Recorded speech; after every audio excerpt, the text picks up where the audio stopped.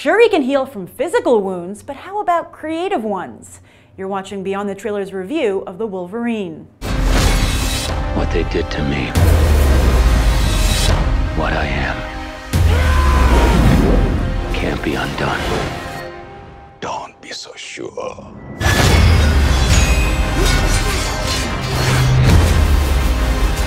I'm not healing like before. His flesh is weak now. While it's easy to hate a big, faceless studio like 20th Century Fox for what they've done to their Marvel properties, it's harder to get angry with Hugh Jackman considering how much he truly seems to care about Wolverine. And why not, as it's the role that made him a movie star practically overnight here in Hollywood after being discovered where one would last think to look for a superhero, the world of Australian musical theater. But as I've often said here on Beyond the Trailer, it's passion that seems to get Jackman in trouble, as choosing between singing and slicing appears to be, for him, a Sophie's choice. It's led to a wildly uneven box office track record, not helped by his disappearing from the silver screen for long periods of time to appear on Broadway. And then, of course, there was the disastrous X-Men Origins Wolverine, the first X-Men spin-off film that Fox even let Jackman produce himself. But these days, Jackman seems to be on a road to redemption. He finally silenced all those laughs at his expense by blowing even the most jaded audiences away with his performance in Les Miserables. Sure, it was his old Academy Awards duet partner that walked away with an Oscar, but he was still nominated for Best Actor and won the Golden Globe. And now he's trying to do right by Wolverine. While Darren Aronofsky slipped through his fingers, ironically in a failed effort on Aronofsky's part to land Man of Steel, he did manage to lock down James Mangold. And while Mangold did direct one of Jackman's earliest box office flops, Kate and Leopold, he also directed Girl Interrupted, Walk the Line, and fan favorite 3:10 to Yuma, all three of which are Oscar nominated, with two of them walking away with wins. Now, nobody's expecting the Wolverine to get nominated for any Oscars, but with Mangold at the helm and the usual suspects Christopher McQuarrie on writing duties, things are certainly looking up. Plus, it seems that unlike X-Men Origins Wolverine, this film strives to be faithful to the source material, namely the character's first limited series back in 1982, written by Chris Claremont with art by Frank Miller, a legendary comic by two comic book legends. But regardless of what Hugh Jackman is able to accomplish with the Wolverine, let's not forget that it's still a part of Fox's larger X-Men universe, and Jackman is currently shooting the overcrowded Days of Future Past, which Bryan Singer is hoping will be his triumphant return to the franchise that made him a star as well. Are Jackman and Singer the lifeblood of the X-Men movies, or just two really well-intentioned guys who are simply wrong for the job? We'll have to wait until next year for the verdict on Singer, but Jackman's day of reckoning is now. Surprise! I'm in Los Angeles. As I mentioned on a couple of videos before I left for Comic-Con, post-Comic-Con, I was here in LA for a week. I'm toward the end of the trip, but while I was here, how could I not see the Wolverine? And I decided to do it as a joint review with Charlie Schneider. Hello. Charlie Schneider, I've actually known him since the beginning of Beyond the Trailer. We've worked together at different companies and everything, and you just recently started your own YouTube channel. That's right, Emergency Awesome. Very cool, right? You were at Comic-Con too, I ran into you. So last night we saw the Wolverine. Initial thoughts, what did you think? I thought it was really good. I was looking forward to it. Everyone had been hyping it, so I was interested to see if it kind of lived up to my expectations. Did it? I think it did. I try to have relatively moderate expectations when What kind of fanboy are you? Well, I don't know. I honestly, I hadn't read the comic book, Wolverine in Japan, so I didn't have a lot of really big expectations for sticking to canon, so I tried to keep an open mind. I think that clearly Hugh Jackman was trying to make up for X-Men Origins Wolverine, and I respect that. And I give him major points for the respect with which he gave the material. I think that it really was a very faithful film to Japan. I think that it was faithful to the character, that there's a lot of character development.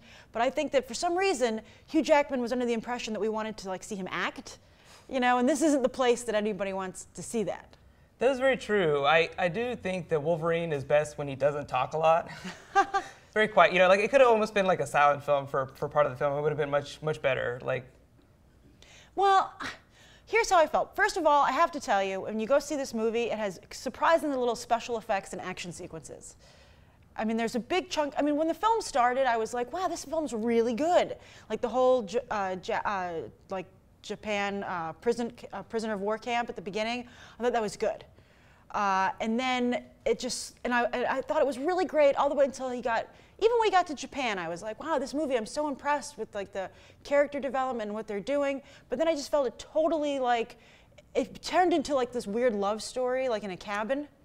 Yeah, that did feel very unnecessary. I read that early on that the big idea with the film was just to do this really deep exploration of Wolverine's mortality, and I really didn't understand why they needed a love story, or why they needed to have you know, certain scenes that were, and a little bit more graphic. You know, some of the nude scenes, you know, were like a little bit unnecessary, but it wasn't quite as egregious. But I don't think there's like any nudity. All I noticed was that Hugh Jackman was very good at holding his stomach in for long periods of time. That was pretty funny. Yeah, and it was weird. I was sitting there going like, I'd say halfway through, because I was bored with the whole Mariko love stuff, like I was like, this isn't why I came to the movie. So I kind of started to think about it, like take myself out of it. And I was like, it's so bizarre that there's like no mutants in this movie. Well, I actually read that in the original draft of the script, there were actually definitely no mutants. And I feel like you said something last night where you felt like people go to these movies to see mutants, so that they probably felt like, oh, we need more mutants in this film, so they probably added at least a few, or maybe some of the characters that weren't originally mutants, they turned into mutants. Yeah, well, like Yukio had like some weird see the future kind of, but like it was really it was like a non-special effects mutation, which I think, you know, it's like, I think people go to see X-Men movies almost for like a video game feeling, like, okay, we have in this corner, we have this mutant who does X, and in this corner we have a mutant who does Y, fight! And that didn't happen. And they had some cool ninja scenes, but you know, far and few between. Not enough ninja to make up for it. Yeah, I really expected to see much more of a Japanese influence, maybe some wire work. There were some early scenes with some of the supporting characters who were actually ninjas who, you know, really did do some amazing, you know, samurai work. But Wolverine himself, I've never really thought of as being an excellent fighter. There was actually someone at Comic-Con, I don't think it was Bendis, but one of the bigger comic book creators said that Wolverine's fighting style is just to throw himself in front of bullets. Berserker rage. Yeah, just like step in front of the path of the arrow, like, and that's how. Well, I'm glad you brought that up, because I thought that the movie had not great action sequences. Like, as soon as they got into it, like there's this scene at the funeral when you're like, okay, this is it, we're gonna go into action sequences, and the shots are so close and quick cuts that it's like that typical Hollywood thing where they're like, oh, nobody actually knows how to fight in this film, so let's kind of try and get away with it in post and sell it there. I really did enjoy the Yukio character's fight scenes. She felt really natural. She was great. She was my favorite character, actually. Like she actually felt like I feel like Wolverine does really well when he has like a young character to either take care of. Like she was like the Kitty Pryde stand-in, like in the movie. Jubilee. She was the Jubilee. Or Jubilee. Yeah, like Wolverine always does best when he has to deal with someone that he really doesn't want to deal with, like a child almost, or like a little sister. And I think that, you know, the problem with this film was if it wasn't going to have great action and great special effects, I think it needed to be more cinematic and have great visuals. I think because like in the original story, that's Frank Miller artwork, and Frank Miller's all about visuals. But it didn't have that either. So one of the things you said last night that I liked when we were leaving the movie, you're like, I can't decide if this is like a ninja movie that has Wolverine in it or a Wolverine movie that has ninjas in it. And I think it was kind of like leaning more towards like a ninja movie that Wolverine just like kind of walked into, you know? So I mean, what's your verdict? Well, I also thought of it as a little bit of a Western too, just because of some of the musical themes. But the biggest Western in the last like 6 months was basically Django Unchained. So, and that did it, you know, way better. Oh yeah, obviously. I would have loved if Tarantino had directed this. I mean, talk about strong visuals. That would have been awesome. But yeah, one of the big things too, just like a samurai movie, is the cinematography. So I feel like they really didn't take advantage of a lot of the really like beautiful landscapes in Japan as much as they could. Like a lot of it was at night, and but I don't really think it was meant to be like a noir film. There were some pretty scenes. Like there were some beautiful scenes, but there wasn't a single film in the scene where I was like, I mean, there wasn't a single scene in the film where I was like, oh, I want to see that again. Or I could just watch that scene. It was like a work of art. You know, like X2 is still a superior film. Like I could watch sequences there, and I just enjoy them when they come on television. I was thinking about whether or not I'd recommend this film. This film, to anyone who's a comic book reader, you'll know what I'm talking about when I say this is like those Wolverine miniseries that they aren't really take place in the X-Men world. They're totally separate, and they're more character studies. and this is the movie version of that. I mean, if you're a huge Wolverine fan, you know, you'll probably enjoy it, but I can't really recommend anyone go and see the film. I thought it was interesting that they tried to make a film this big as just a standalone film. It was kind of sold as being just a Wolverine movie, so it'll be interesting to see if there are any more standalone films in the franchise, or if they just do more giant X-Men films. I think that's what people want from an X-Men movie. Like, they have X-Force coming out. You know, I think people like, as I said, people like the team-ups. So we're going to rate the film, and then we're going to do a little quick spoiler discussion, so because I think there's some things we want to touch on. But I think on a 1 to 10, I would give the Wolverine like a 7. I would say I'd almost give it like a 7.5, just because, you know, it is summertime, so my bar for, you know, for quality goes down a little bit, because no, we can't do that, Charlie. summer films. Summer films I think are meant to be fun. So did you have fun though? And I did have a little bit of fun. I really like westerns, really like samurai movies. So I mean, I'd give him an A for trying, but like I don't give A's. So I would agree. I think the effort score is much higher. So spoiler. If you don't like spoilers, stop watching. But I loved the after credits sequence. That was, yeah. Honestly, I did not know there was an after credits sequence. Yeah, I leaned over to you. I was like, "Don't leave, Charlie. We have to see this." So, but it was, yeah. I mean, it nailed it. Do you want to explain? Yeah. Okay. Well, just real fast. Basically, they start out. He's at the airport, and that's the metal detector joke. He's like, "Oh, I'll go for the pat down," and they have an ad for Trask Industries. So I was like, awesome. And then Magneto is there, and then Professor X shows up. And I have to say, this little quick scene felt so Bryan Singer-y. Like, I'm sure he directed it. Like, it was like you were back in X2. That's actually a really interesting idea. The idea of a director coming to direct an additional scene for a movie. Didn't you said you thought that it was kind of done at the last minute? Like I'm sure. Yeah, I'm sure they tacked it on, and it's a pure ad for X-Men: Days of Future Past, but it worked. I'm much more excited about the movie, and it kind of instantly pointed out though what was missing from the Wolverine. That's interesting. I felt like they tried so hard to promote this film. Did you see all the Q&As that Hugh Jackman did? They made a YouTube channel. You know, I think it was called like The Wolverine. You know, YouTube / The Wolverine. But it was just Q&As with Hugh Jackman, and it was amazing. I think a lot of studios are trying to do that now. Bryan Singer, especially with his Twitter account. So it's just he overtweets. It's crazy. They really want people. They really want you to know about these X-Men movies. Well, yeah. I mean, is X-Men: Days of Future Past going to be like this great, like Christopher Nolan level film? I don't think so. But I think that Bryan Singer realizes you want lots of special effects. There were more special effects in that teaser scene at the end than the entire movie of the Wolverine, pretty much. I think that they actually, if you remember, they in the third X-Men movie, they de-aged a lot of the actors' faces, like Patrick Stewart. I think that they did that in this post-credits scene, but I'm not really sure why they needed to do that. It might have something to do with... Yeah, they'll explain it, I think. Yeah, so... in terms of visuals, I will say really quickly that it really was a major... It kind of like annoyed me a little bit that when Wolverine grew his hair out long in the beginning of the movie, that it didn't go into the Wolverine shape. I was like, are you implying that Wolverine just styles his hair that way? I mean, it's supposed to just grow that way automatically. And so that was just like, that's the comic book fan in me nitpicking. Actually, I heard something where they said that they did, like, they toned it down just a little bit, but one of the other things that they changed, you might not notice, is the claws. Like, the claws change every single movie. The claws change.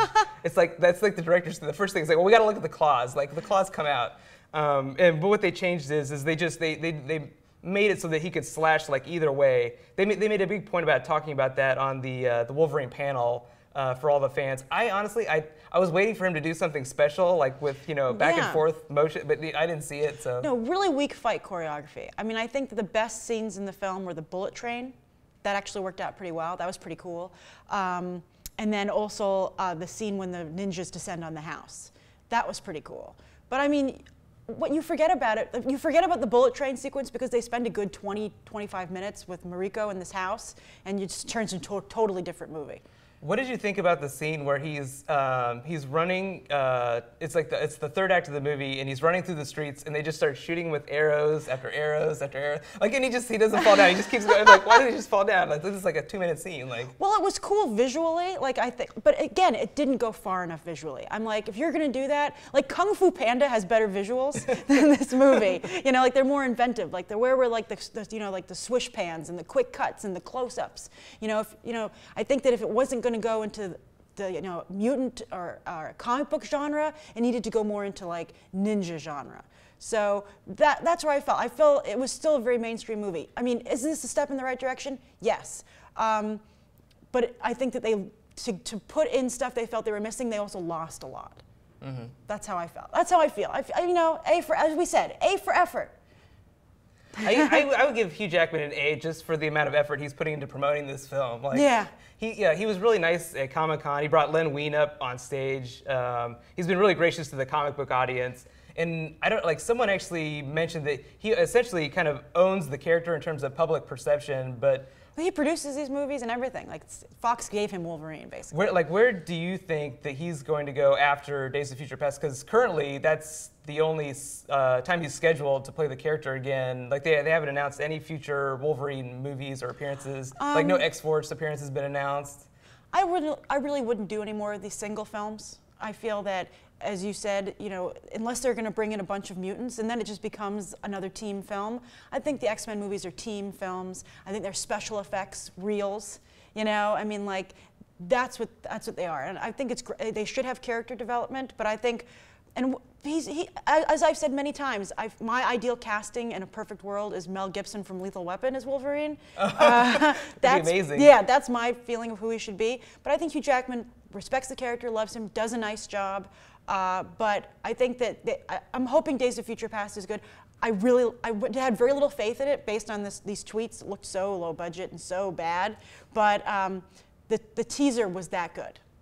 Maybe it was just because I was so hungry for it after watching The Wolverine for like 2 hours. I was like, finally, this is what I wanted. But it worked. I left the movie wanting to see another X-Men movie, so I guess in some ways the film succeeds.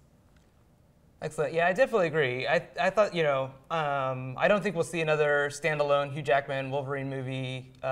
I'm interested to see if he shows up in X-Force. We'll see. Look, I'm sure he will. look to Bryan Singer. Hugh Jackman isn't really good about teasing those things. Usually it's like directors and producers that are like, maybe you'll see this person. He is the Robert Downey Jr. of the X-Men universe. He will show up in every single movie. The strategic cost of the X-Men universe, so at half the cost. So that's our thoughts on the Wolverine. If you've seen the film, leave your thoughts down below. And I hope you'll check out Charlie's channel, Emergency Awesome, here on YouTube.